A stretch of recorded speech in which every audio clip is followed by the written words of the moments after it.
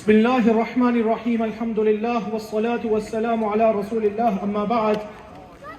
First of all, Alhamdulillah, all praises are for Allah. We are present here today to show that we are in support with Palestine and we are standing in solidarity with Palestine.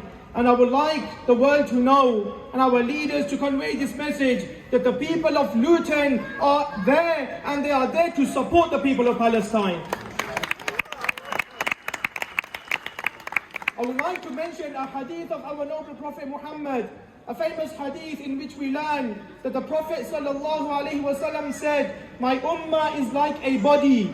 And then Rasulullah said that if one part of the body, if one limb hurts, it aches, the whole body is restless. Now let me tell you, today we are a body, indeed we are a body, but we Muslims who are here today, we are the tongue of this ummah and we can be the legs of this ummah. And let me tell you what is the heart of this ummah, the people of Gaza. And this is something we need to bear in mind, that we are like a body and we will show that the Muslims in Gaza, they are suffering and we see there's genocide going on and the apartheid. On the other side, the Israeli government, which indeed they are committing terrorism, and there is no second opinion in this, and we have to say this, we have to make this clear to the world, that this terrorism must stop, and the world must stand up, and they must speak up for the support and the solidarity and the rights of the Muslims in Palestine. Now, one thing we need to bear in mind, we hear on the news that they might, ban the flag, they might ban certain slogans, they can ban anything, but one thing they can't do is remove the love of Palestine from our hearts. And this is something we need to keep in mind.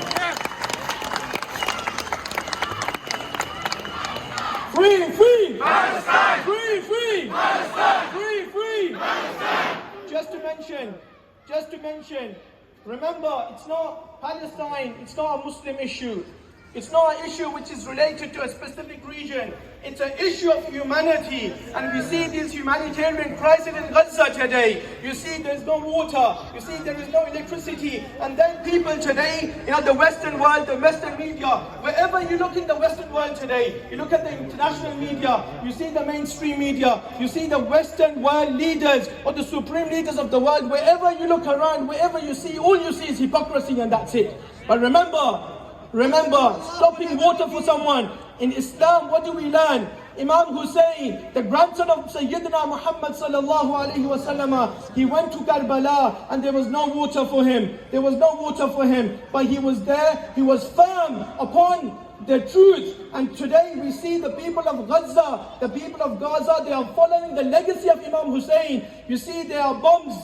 There are people who are shooting at them. They see their parents, children being killed and martyred right in front of them. But what do we see? That the legacy of Imam Hussein is alive, that those people are still firm upon their rights. Those people are still steadfast upon their rights. And they are saying to the world, they are calling out to the world, the old people of the world, don't you see that the Muslims, the people, the Christians of Gaza, the Muslims of Gaza, and the humans of Gaza are suffering. And we need to remember, this is not an Islamic issue. This is not a Muslim issue. So therefore, you do not need to be a Muslim to support Palestine. You do not need to be from a specific background to support Palestine. In order for you to support Palestine and be a pro-Palestinian, you need to be a human being.